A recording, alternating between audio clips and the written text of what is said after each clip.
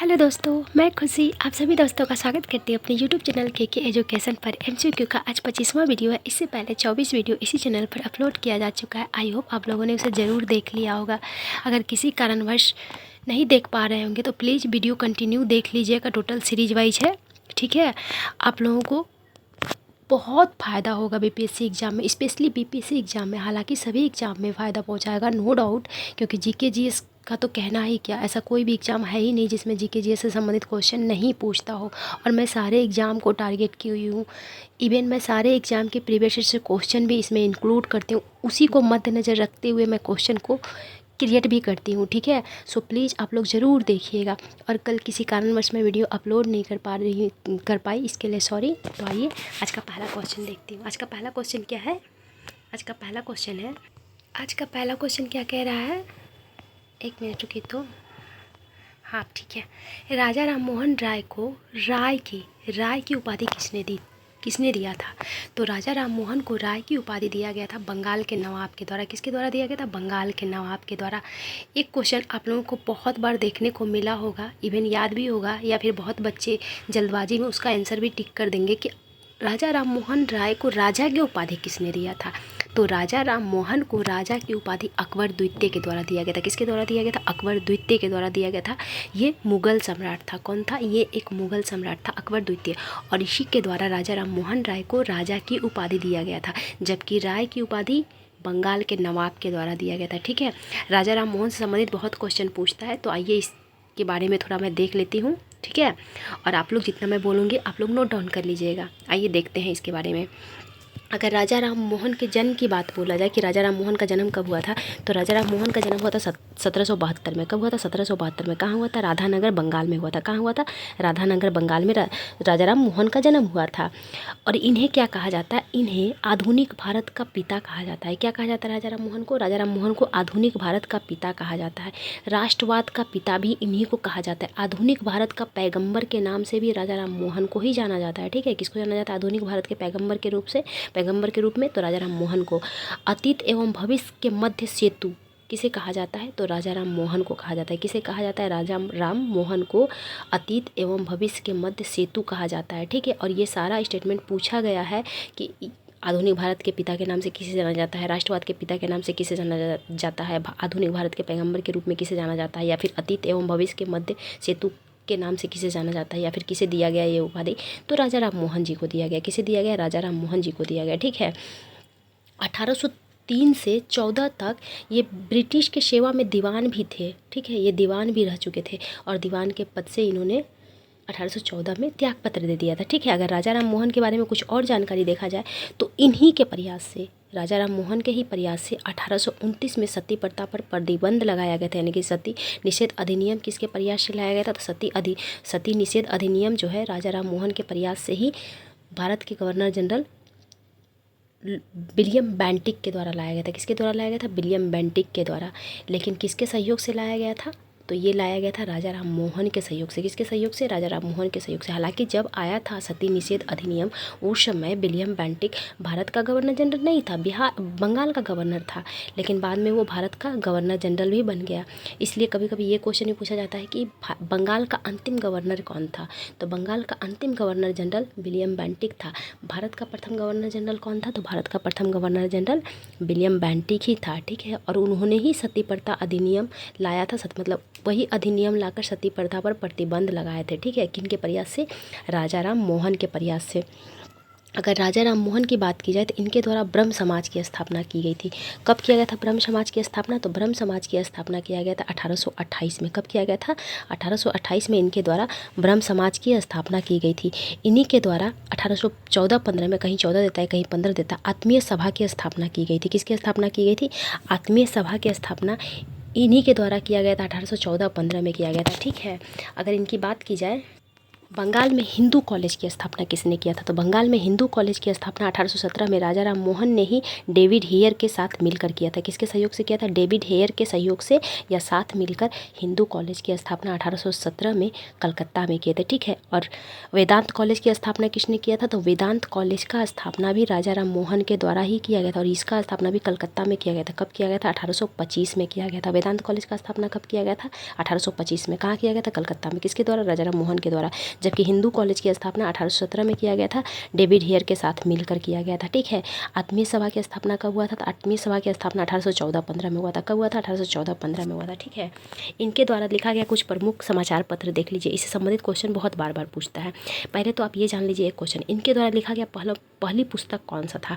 तो राजा राम मोहन के द्वारा लिखा गया पहली पुस्तक तुफात उल मुआदिन था। क्या था? तुफात उल मुआदिन राजा राम मोहन के द्वारा लिखा गया पहला पुस्तक था। कौन सा? तूफात उल मुआदिन, ठीक है।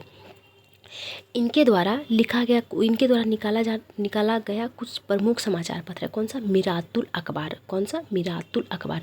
किस भाषा में निकाला जाता था? तो फारसी भाषा में निकाला जाता था। संवाद कौमुदी किसके द्वारा निकाला जाता था? तो संवाद कौमुदी जो है वो भी राजा राम मोहन के द्वारा निकाला जाता था और बंगाली भाषा में निकाला जाता था। किस भाषा में? बंगाली भाषा में।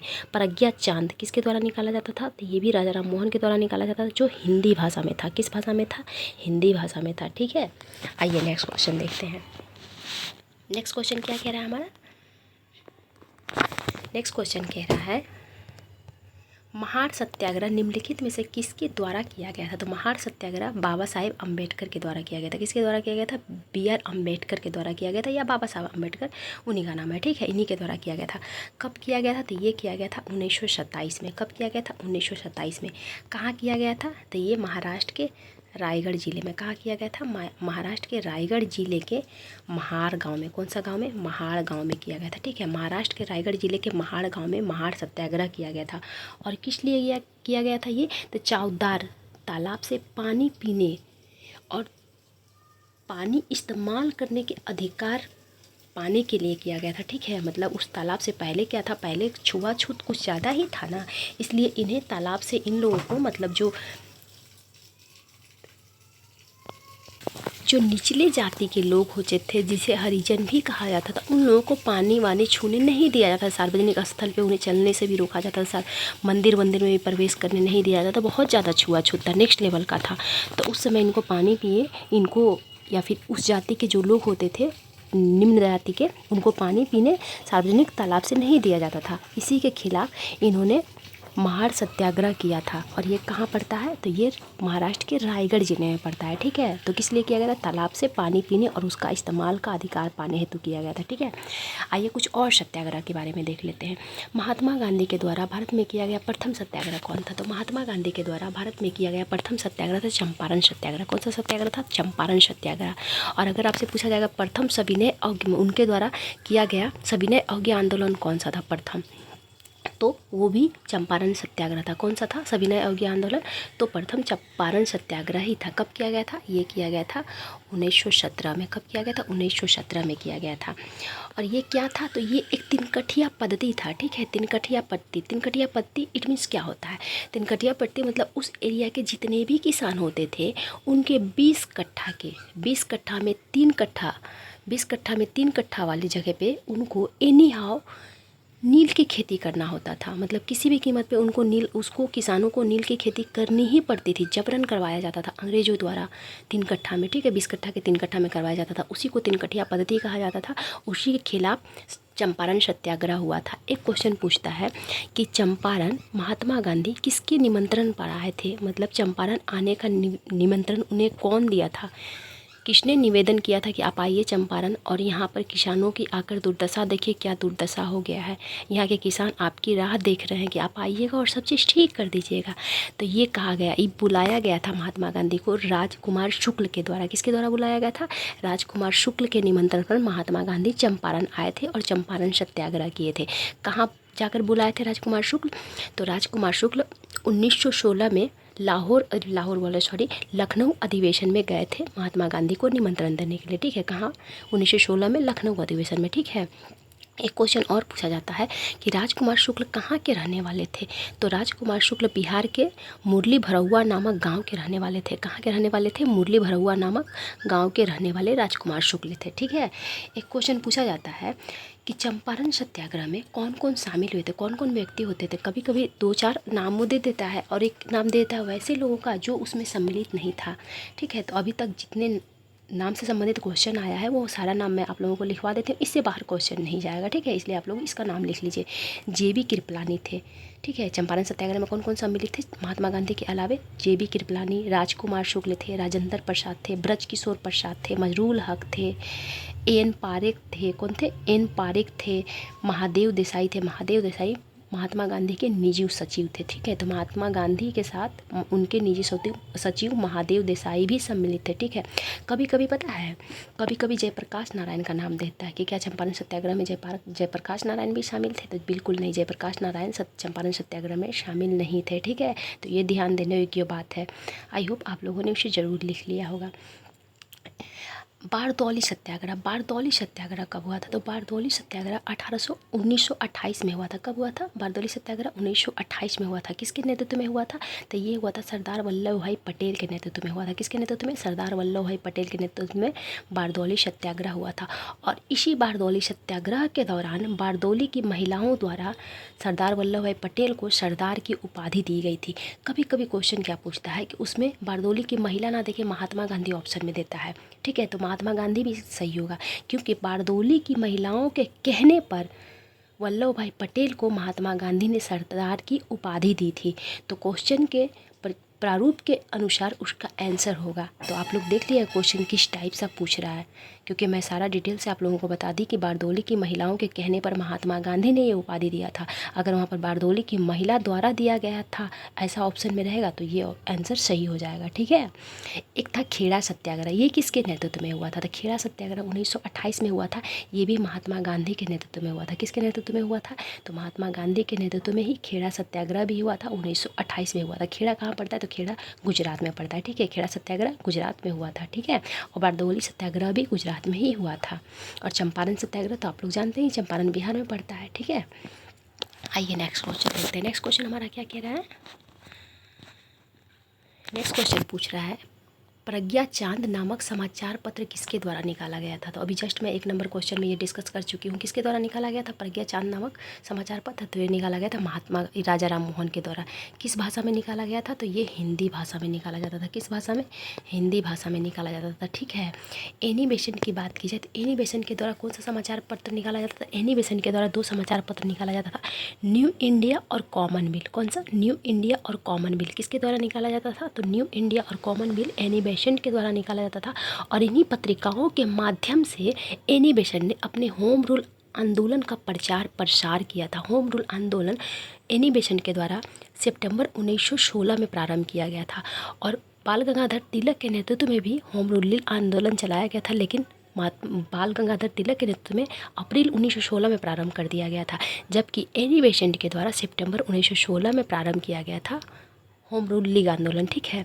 और होम रूल लीग आंदोलन का प्रचार प्रसार बाल गंगाधर तिलक ने अपना किस समाचार पत्र में किए थे? तो वो मराठा और केसरी में किए थे। ठीक है। मराठा और केसरी में।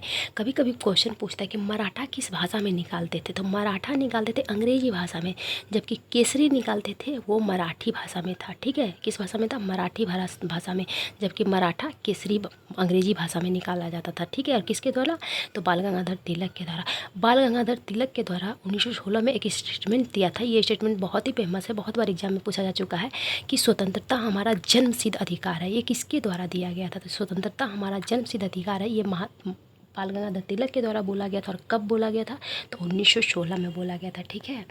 आइए नेक्स्ट क्वेश्चन देखते हैं। नेक्स्ट क्वेश्चन क्या कह रहा है? संयुक्त अधिवेशन। पहले तो आप ये जान लीजिए संयुक्त अधिवेशन का प्रावधान संविधान के अनुच्छेद 108 में है। किस अनुच्छेद में संयुक्त अधिवेशन का प्रावधान? तो अनुच्छेद 108 में संयुक्त अधिवेशन का प्रावधान है। ठीक है। तो ये क्या पूछना चाह रहा है? संयुक्त अधिवेशन की अध्यक्षता किसके द्वारा किया जाता है? तो अध्यक्षता किया जाता है किसके द्वारा? राष्ट्रपति, प्रधानमंत्री, लोकसभा अध्यक्ष या उपराष्ट्रपति? तो ये किया जाता है लोकसभा अध्यक्ष के द्वारा। किसके द्वारा किया जाता है? लोकसभा अध्यक्ष के द्वारा संयुक्त अधिवेशन की अध्यक्षता किया जाता है। ठीक है। संयुक्त अधिवेशन बुलाता कौन है? तो संयुक्त अधिवेशन राष्ट्रपति के द्वारा बुलाया जाता है। किसके द्वारा बुलाया जाता है? संयुक्त अधिवेशन बुलाते तो राष्ट्रपति हैं, लेकिन उसकी अध्यक्षता जो है वो लोकसभा अध्यक्ष के द्वारा किया जाता है। ठीक है, आपसे पूछा जाएगा कि भारत में अभी तक कुल कितनी बार संयुक्त अधिवेशन बुलाया जा चुका है? तो अभी तक कुल 3 बार संयुक्त अधिवेशन बुलाया जा चुका है। कितनी बार? 3 बार। कब कब बुलाया जा चुका है? तो ये बुलाया गया है एक बार सन 1961, दूसरी बार 1978 में, और तीसरी बार तो 2002 में। कब? 2002 में। तो अभी तक तीन संयुक्त अधिवेशन हुआ है, 1961, 1978 और 2002। ठीक है, आइए नेक्स्ट क्वेश्चन देखते हैं। उच्च न्यायालय के मुख्य न्यायाधीशों को शपथ कौन दिलाता है? तो मुख्य न्यायाधीश को शपथ कौन दिलाता है? उच्च न्यायालय के मुख्य न्यायाधीश को शपथ दिलाते हैं राज्यपाल। कौन दिलाते हैं? राज्यपाल। जबकि उच्च न्यायालय के मुख्य न्यायाधीश की नियुक्ति अगर आपसे पूछ लिया जाए कि उच्च न्यायालय के मुख्य न्यायाधीश की नियुक्ति कौन करता है, तो नियुक्ति किया जाता है राष्ट्रपति के द्वारा, जबकि शपथ दिलाते हैं राज्यपाल। कौन दिलाते हैं शपथ? राज्यपाल दिलाते हैं। और वो अपना त्यागपत्र किसे देंगे, ये बात आप लोग मुझे कॉमेंट बॉक्स में बताइएगा। ठीक है, कि उच्च न्यायालय के मुख्य न्यायाधीश अपना त्यागपत्र किसे देते हैं। ठीक है, आइए नेक्स्ट क्वेश्चन देखते हैं। नेक्स्ट क्वेश्चन क्या कह रहा है? उच्चतम न्यायालय में न्यायाधीशों की संख्या किसके द्वारा निर्धारित की जाती है? मतलब उच्चतम न्यायालय यानी कि सुप्रीम कोर्ट में न्यायाधीशों की संख्या बढ़ाने का अधिकार किसे है? कौन निर्धारित करता है? तो ये संसद के द्वारा किया जाता है। किसके द्वारा? संसद के द्वारा। क्योंकि जब मूल संविधान था तो उसमें कितने न्यायाधीश थे? स्टार्टिंग में 8 थे, 1 + 7 यानी कि 1 CJI थे, मुख्य न्यायाधीश थे, और 7 अन्य न्यायाधीश थे। ठीक है, कितने थे मूल संविधान में? तो 8 न्यायाधीश थे, 1 मुख्य न्यायाधीश थे और 7 अन्य न्यायाधीश थे। ठीक है, ये क्वेश्चन भी पूछा जा चुका है एग्जाम में, इसलिए आप लोग ध्यान दीजिएगा। 1 मुख्य न्यायाधीश थे, 7 अन्य न्यायाधीश थे, तो कुल कितने न्यायाधीश थे? 8 थे। प्रथम मुख्य न्यायाधीश कौन था उच्चतम न्यायालय का? तो प्रथम मुख्य न्यायाधीश हरिलाल जे कान्या थे। कौन थे? हरिलाल जे कान्या उच्चतम न्यायालय के प्रथम मुख्य न्यायाधीश थे। कौन थे? हरिलाल जे कान्या। ठीक है, वर्तमान में उच्चतम न्यायालय में यानी कि सुप्रीम कोर्ट में कुल न्यायाधीशों की संख्या कितनी है? तो 33 + 1 यानी कि 34। एक मुख्य न्यायाधीश हैं और 33 अन्य न्यायाधीश हैं। कितने हैं? 33 अन्य न्यायाधीश और 1 मुख्य न्यायाधीश हैं। ठीक है, आइए नेक्स्ट क्वेश्चन देखते हैं। और मुख्य न्यायाधीश को शपथ कौन दिलाता है? मुख्य न्यायाधीश को शपथ कौन दिलाता है? तो मुख्य न्यायाधीश को शपथ दिलाते हैं राष्ट्रपति। कौन दिलाते हैं मुख्य न्यायाधीश को शपथ? मुख्य न्यायाधीश को शपथ राष्ट्रपति दिलाते हैं, और मुख्य न्यायाधीश त्यागपत्र भी अपना राष्ट्रपति को देते हैं। ठीक है, आइए नेक्स्ट क्वेश्चन देखते हैं। किस संविधान संशोधन के तहत 11वां मूल कर्तव्य को संविधान में जोड़ा गया था? तो किस संविधान संशोधन के तहत 11वां मूल कर्तव्य को संविधान में जोड़ा गया था? ये जोड़ा गया था 86वां संविधान संशोधन 2002 के तहत। कैवां संविधान संशोधन?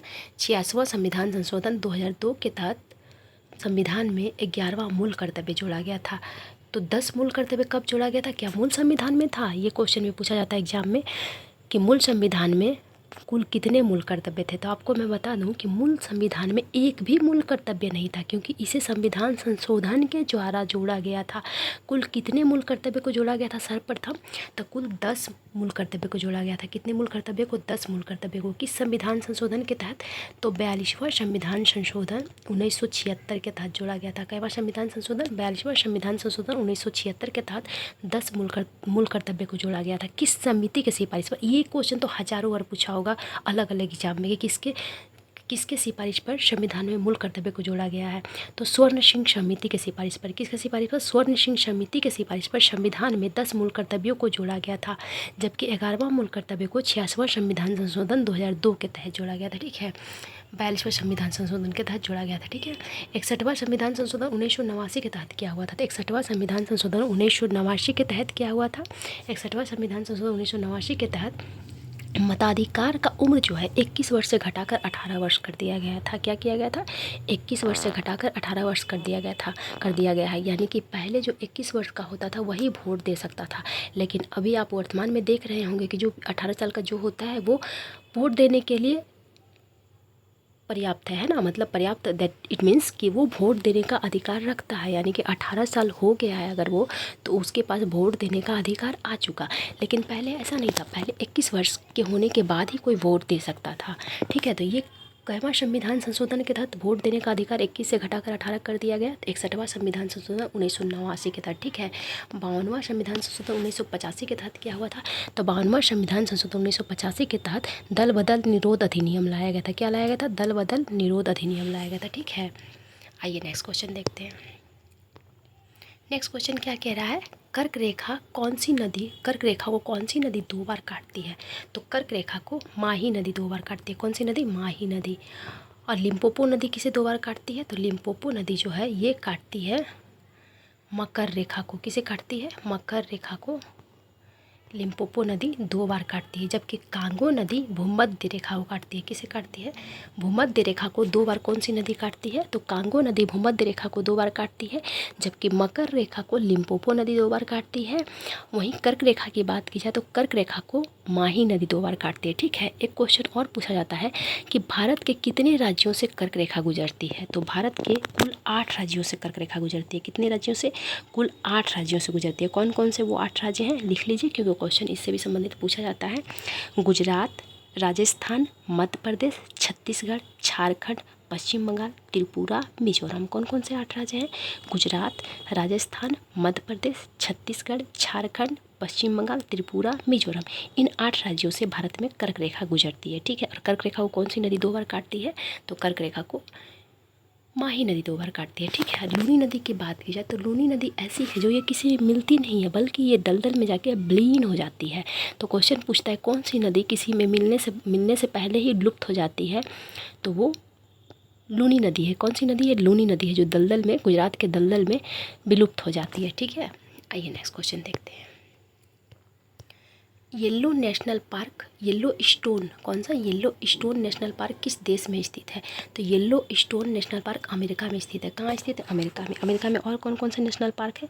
तो अमेरिका में ग्रैंड कैनियन नेशनल पार्क है। कौन सा? Grand canyon national park America में है। ग्लेशियर नेशनल पार्क कहाँ है? तो ये भी अमेरिका में है। रॉकी माउंटेन नेशनल पार्क कहाँ है? तो ये भी अमेरिका में है, ठीक है। ऑस्ट्रेलिया की बात की जाए तो ऑस्ट्रेलिया से संबंधित ज़्यादातर क्वेश्चन पूछता है मरुस्थल से संबंधित कि ये मरुस्थल कहाँ है, वो मरुस्थल कहाँ है, क्योंकि ऑस्ट्रेलिया में बहुत सारा मरुस्थल है, ठीक है। इसीलिए तो ऑस्ट्रेलिया को प्यासी भूमि कहा जाता है। क्या कहा जाता है? प्यासी भूमि का देश कहा जाता है ऑस्ट्रेलिया को, ठीक है। ऑस्ट्रेलिया में प्रमुख मरुस्थल है ग्रैंड सैंडी। कौन सा है? Grand Sandy, great Victoria, Simpson, Gibson. कौन सा मरुस्थल है? फिर से मैं बोल रही हूँ, लिख लीजिए, Gibson, Simpson, great Victoria, great Sandy, ये सारे मरुस्थल ऑस्ट्रेलिया में स्थित है, ठीक है। भारत की बात की जाए तो भारत में प्रमुख मरुस्थल है थार मरुस्थल। कौन सा मरुस्थल है? थार मरुस्थल।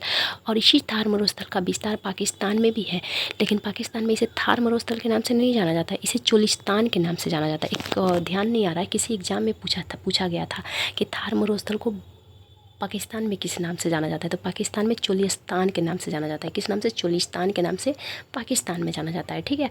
एक क्वेश्चन और पूछा जाता है कि कौन सा मरुस्थल है जहाँ पर सर्वाधिक जनसंख्या निवास करता है? तो वो थार मरुस्थल है, ठीक है। थार मरुस्थल में सर्वाधिक जनसंख्या निवास करता है, ठीक। मरुस्थल के अकॉर्डिंग ये कौन से मरुस्थल में सर्वाधिक जनसंख्या निवास करता है? तो वो थार मरुस्थल है, ठीक है, जिसका विस्तार पाकिस्तान में भी है, और पाकिस्तान में इसे चोलिस्तान के नाम से जाना जाता है, ठीक है। आइए नेक्स्ट क्वेश्चन देखते हैं। नेक्स्ट क्वेश्चन क्या कह रहा है? इंद्रपुरी बैराज किस नदी पर स्थित है? तो इंद्रपुरी बैराज सोन नदी पर स्थित है। कहाँ स्थित है? सोन नदी पर। कहाँ स्थित है ये? तो ये रोहतास में स्थित है। कहाँ स्थित है? रोहतास, बिहार में स्थित है, ठीक है। इंद्रपुरी जलाशय जो है, जलाशय बोलिए या बैराज बोलिए, ये रोहतास, बिहार के रोहतास जिले में स्थित है। अगर नर्मदा नदी, और कौन सी बांध है सोन नदी पर? तो बाण सागर बांध। कौन सा? बाण सागर। ये कहाँ स्थित है? तो ये भी सोन नदी पर स्थित है और मध्य प्रदेश में स्थित है। कहाँ स्थित है? मध्य प्रदेश में स्थित है। जबकि इंद्रपुरी बैराज कहाँ स्थित है? तो ये रोहतास जिला में स्थित है। और सोन नदी निकलती कहाँ है, कहाँ से है? तो ये अमरकंटक से निकलती है। कहाँ से निकलती है? मध्य प्रदेश के अमरकंटक से सोन नदी निकलती है। नर्मदा नदी भी मध्य प्रदेश के अमरकंटक से ही निकलती है। नर्मदा नदी पे कौन सा एक जलप्रपात है, बहुत प्रसिद्ध जलप्रपात है? कौन सा जलप्रपात है नर्मदा नदी पर? तो धुआंधार जलप्रपात। कौन सा जलप्रपात? धुआंधार जलप्रपात किस नदी पर स्थित है? धुआंधार जलप्रपात नर्मदा नदी पर स्थित है, और इसी को कपिल धारा के नाम से भी जाना जाता है। धुआंधार जलप्रपात को ही कपिल धारा जलप्रपात के भी नाम से जाना जाता है, और जो मध्य प्रदेश में स्थित है, ठीक है। सरदार सरोवर बांध किस पर स्थित है? सरदार सरोवर बांध भी नर्मदा नदी पर स्थित है। ओंकारेश्वर बांध किस पर स्थित है? तो ओंकारेश्वर बांध भी नर्मदा नदी पर स्थित है। कावेरी नदी पर कौन कौन सा बांध है? तो कावेरी नदी पर कृष्ण राजा सागर बांध। कौन सा? कृष्ण राजा सागर बांध कावेरी नदी पर स्थित है। कहाँ स्थित है? कर्नाटक में। मेट्टूर बांध किस पर स्थित है? मेट्टूर बांध भी कावेरी नदी पर स्थित है और तमिलनाडु में स्थित है। कहाँ स्थित है? मेट्टूर बांध तमिलनाडु में स्थित है कावेरी नदी पर, ठीक है। चिनाब की बात की जाए तो सलाल बांध किस पर है? चिनाब नदी पर है। सलाल, दुलहस्ती, बगलीहाल, पकलडूम बांध ये सब किस पर है? तो ये सब सारे चिनाब पे स्थित है, ठीक है। पकलडूम की बात की जाए तो पकलडूम जो है मरुदर नदी पर स्थित है। किस पर है? मरुदर नदी पर स्थित है। मरुदर नदी जो है वो चिनाब की सहायक है, इसीलिए इसको चिनाब के नाम से भी जाना जाता है कि चिनाब पर ही स्थित है पकलडूम बांध। लेकिन चिनाब नदी और मरुदल नदी दोनों ऑप्शन में रहे तो इसका आंसर हो जाएगा मरुदुल नदी। कौन सा? मरुदुल नदी ऑप्शन आंसर हो जाएगा, ठीक है। तो आप लोग ध्यान दीजिएगा कभी कभी, क्योंकि आजकल क्वेश्चन में ट्विस्ट कर दे रहा है थोड़ा सा बच्चे कंफ्यूज करने के लिए बच्चों को, इसलिए आप लोग ध्यान दीजिएगा। ये नेक्स्ट क्वेश्चन देखते हैं। भारत में वित्त आयोग का मुख्य कार्य क्या है? तो भारत में वित्त आयोग का मुख्य कार्य क्या है? क्या वार्षिक बजट तैयार करना, राष्ट्रपति को वित्तीय मामलों पर परामर्श देना, या केंद्र राज्य के बीच राजस्व का वितरण करना? तो इसका आंसर हो जाएगा ऑप्शन नंबर 3, ठीक है। भारत में वित्त आयोग का मुख्य कार्य होता है केंद्र तथा राज्यों के बीच राजस्व का वितरण करना। प्रथम वित्त आयोग का स्थापना कब हुआ था? 1951 में। कब हुआ था? 1951 में। और प्रथम वित्त आयोग के अध्यक्ष कौन थे? तो केसी नियोगी थे। वित्त आयोग की चर्चा किस अनुच्छेद में किया गया है? तो अनुच्छेद 280 में किया गया। किस अनुच्छेद में किया गया? अनुच्छेद 280 में वित्त आयोग की चर्चा की गई है। वित्त आयोग की नियुक्ति कौन करता है? तो वित्त आयोग के अध्यक्ष की नियुक्ति करते हैं राष्ट्रपति। और कितने साल का कार्यकाल होता है? तो 5 साल का कार्यकाल होता है। प्रथम अध्यक्ष कौन थे वित्त आयोग के? तो केसी नियोगी थे। कौन थे? केसी नियोगी थे, ठीक है। ये नेक्स्ट क्वेश्चन देखते हैं।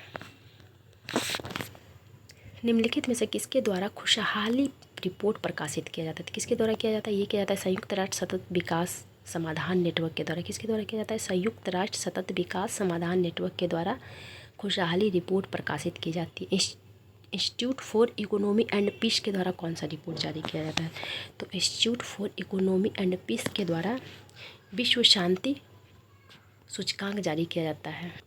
तो वैश्विक शांति सूचकांक रिपोर्ट कौन जारी करता है? तो वैश्विक शांति सूचकांक report institute for economy and peace के द्वारा जारी किया जाता है, ठीक है। विश्व बैंक के द्वारा ईज ऑफ डूइंग बिजनेस जारी किया जाता है। कौन सा? पहले किया जाता था, अब तो खैर बंद कर दिया गया है कुछ टाइम से। ईज ऑफ डूइंग बिजनेस किसके द्वारा जारी किया जाता था? तो विश्व बैंक के द्वारा जारी किया जाता है, ठीक है।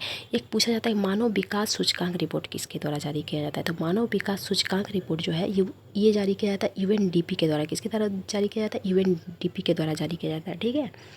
आइए नेक्स्ट क्वेश्चन देखते हैं। 2011 जनगणना के अनुसार बिहार का शिशु लिंगानुपात कितना है? तो 2011 जनगणना के अनुसार बिहार का शिशु लिंगानुपात 935 है। कितना है? 935। वहीं अगर लिंगानुपात का पूछता है कि बिहार का लिंगानुपात कितना है 2011 के अनुसार, तो लिंगानुपात हो जाता है आपका 918। कितना हो जाता है? बिहार का लिंगानुपात कितना है? 918 है, ठीक है। 1021 की बात की जाए तो आपसे पूछा जाएगा कि बिहार के किस जिला में सर्वाधिक लिंगानुपात है? तो बिहार का गोपालगंज जिला में सर्वाधिक लिंगानुपात वाला जिला गोपालगंज है। गोपालगंज में 1000 पुरुष पर 1021 महिला, मतलब 1021 महिला है। कहाँ पर? गोपालगंज में, ठीक है। तो गोपालगंज में सर्वाधिक लिंगानुपात वाला जिला कौन सा है? बिहार का गोपालगंज है। न्यूनतम लिंगानुपात वाला जिला बिहार का कौन सा है? तो मुंगेर है। वहाँ का लिंगानुपात कितना है? तो 876 है। कितना है? 876 लिंगानुपात मुंगेर जिला का है, ठीक है। अगर आपसे पूछा जाएगा कि 2011 की जनगणना के अनुसार बिहार का जनसंख्या कितना है, तो 10,40,99,452। कितना है? 10,40,99,452 बिहार का जनसंख्या है 2011 के जनगणना के अनुसार। सर्वाधिक जनसंख्या घनत्व वाला राज्य कौन सा है? तो सर्वाधिक जनसंख्या घनत्व वाला राज्य भी बिहार ही हो जाएगा। बिहार का जनसंख्या घनत्व कितना है? तो बिहार का जनसंख्या घनत्व 1106 है, यानी कि 1 किलोमीटर में 1106 लोग रहते हैं, ठीक है। अगर क्वेश्चन में राज्य नहीं दे और सीधा बोले सर्वाधिक जनसंख्या घनत्व वाला कौन सा जगह है, केंद्र शासित प्रदेश और राज्य दोनों को इंक्लूड कर दिया जाए तो दिल्ली हो जाएगा आंसर, क्योंकि दिल्ली का जनसंख्या घनत्व 11,320 है। कितना है दिल्ली का जनसंख्या घनत्व?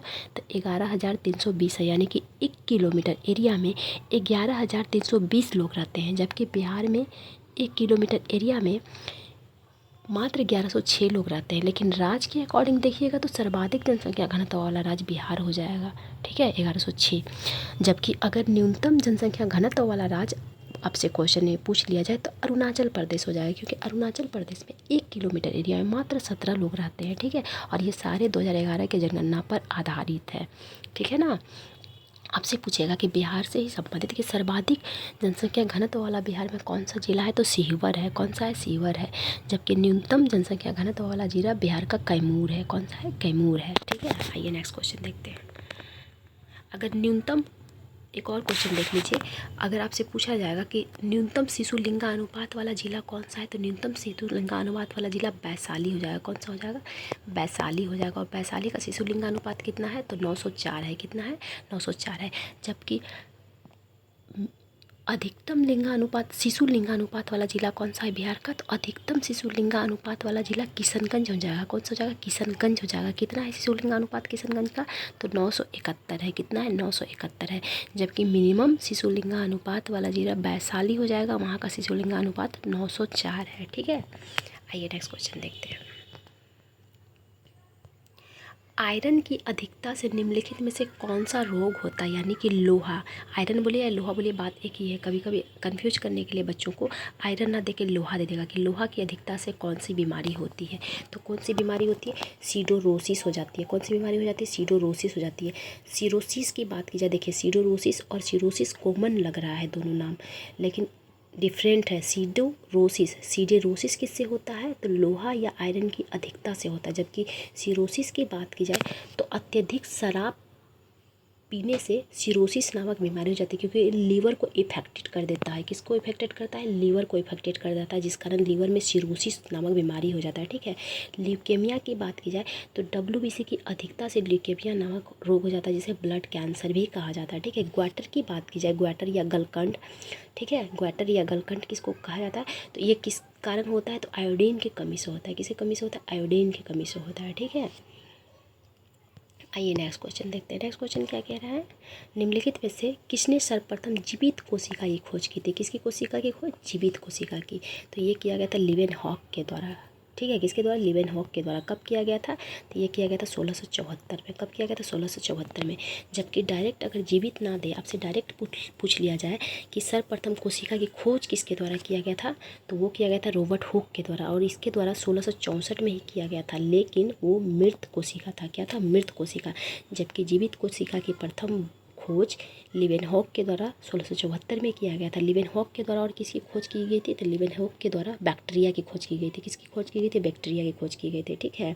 रॉबर्ट ब्राउन के द्वारा किसकी खोज की गई थी? तो रॉबर्ट ब्राउन के द्वारा कोशिका के केंद्रक की खोज की गई थी। किसकी खोज की गई थी? कोशिका के केंद्रक की खोज किसके द्वारा की गई थी? तो रॉबर्ट ब्राउन के द्वारा किया गया था, ठीक है।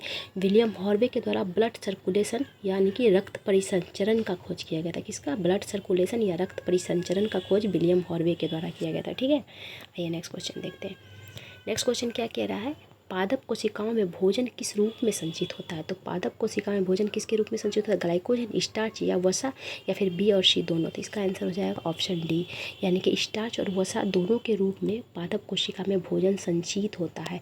जबकि अगर मानव की बात की जाए कि मनुष्य में भोजन किस रूप में संचित होता है, तो मनुष्य में भोजन संचित होता है ग्लाइकोजन और वसा के रूप में। किसके रूप में? ग्लाइकोजन और वसा के रूप में।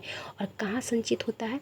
तो लीवर और मांसपेशियों में संचित होता है। कहाँ होता है? लीवर और मांसपेशियों में भोजन संचित रूप में रहता है। किस रूप में रहता है? तो ग्लाइकोजन और वसा के रूप में। कहाँ रहता है? तो लीवर और मांसपेशी में, ठीक है।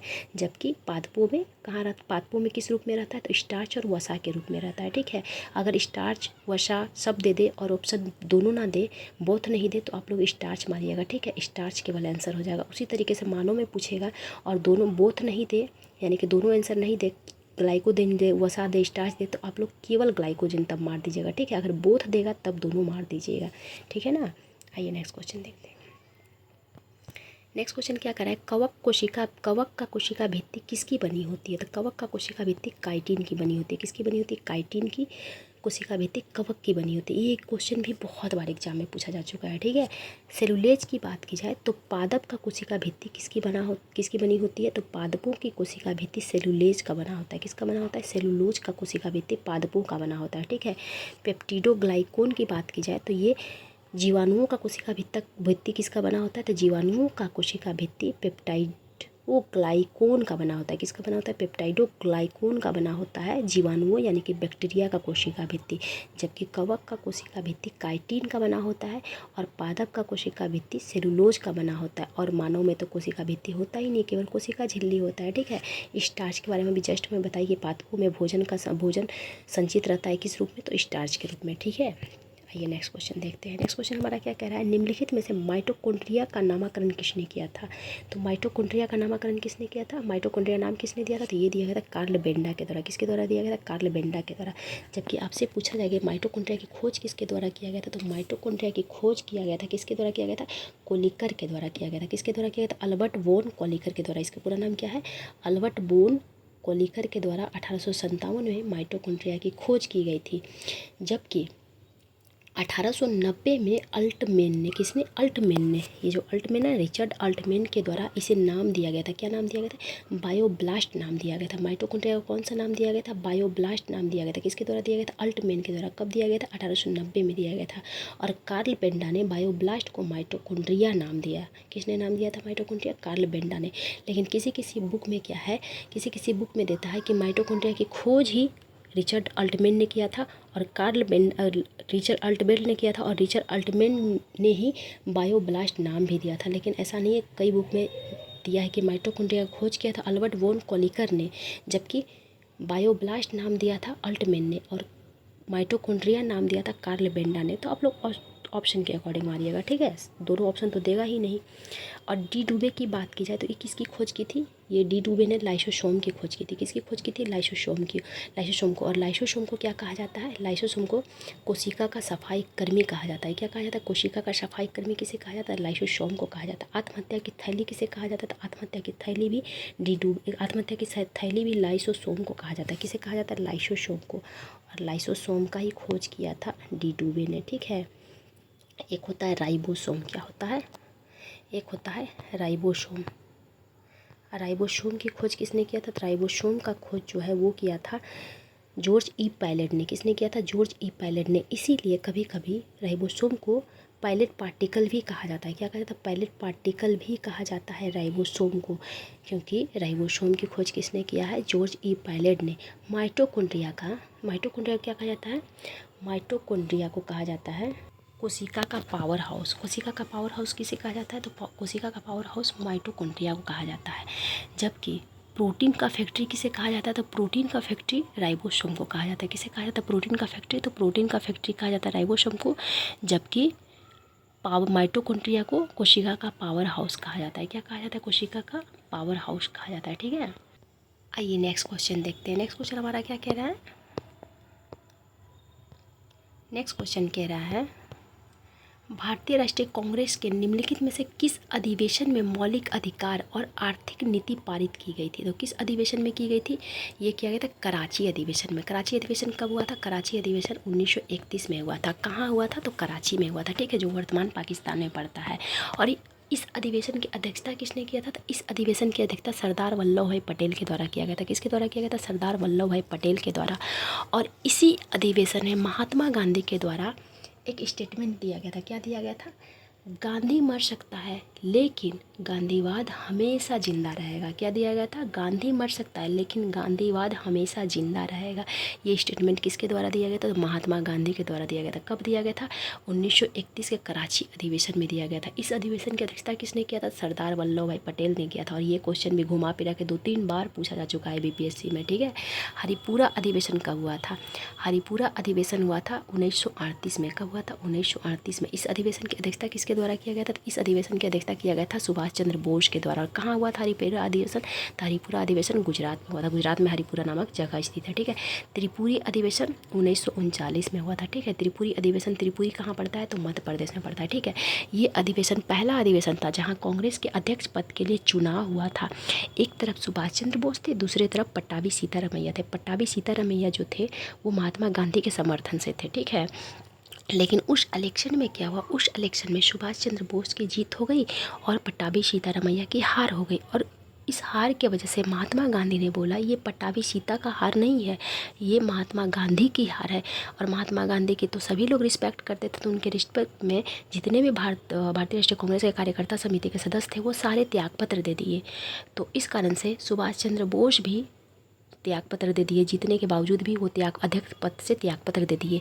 तो क्वेश्चन पूछा जाता है कि उनके त्यागपत्र देने के बाद अध्यक्ष कौन बना था त्रिपुरी अधिवेशन का। तो अध्यक्ष चुना गया था डॉक्टर राजेंद्र प्रसाद को। किसे चुना गया था? डॉक्टर राजेंद्र प्रसाद को चुना गया था। ठीक है, आपसे पूछेगा कि फॉरवर्ड ब्लॉक की स्थापना किसने किया था। तो फॉरवर्ड ब्लॉक की स्थापना 1939 में ही सुभाष चंद्र बोस के द्वारा किया गया था। किसके द्वारा किया गया था? सुभाष चंद्र बोस के द्वारा किया गया था। ठीक है, जब ये त्यागपत्र से त्रिपुरी अधिवेशन से अध्यक्ष पद से त्यागपत्र दे दिए थे, तो इसके बाद इन्होंने फॉरवर्ड ब्लॉक की स्थापना की थी। ठीक है, लखनऊ अधिवेशन कब हुआ था? तो 1916 में हुआ था। कब हुआ था? 1916 में हुआ था। और इस अधिवेशन इतना प्रसिद्ध क्यों है?